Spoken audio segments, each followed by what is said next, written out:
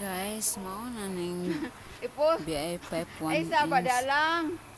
Guys, schedule 40. I-flex ko lang sa inyo ha. Yung gustong bumili ng yung BI pipe, ito na.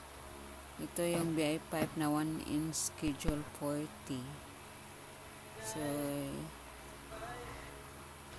i-flex ko lang sa inyo guys na tingnan nyo.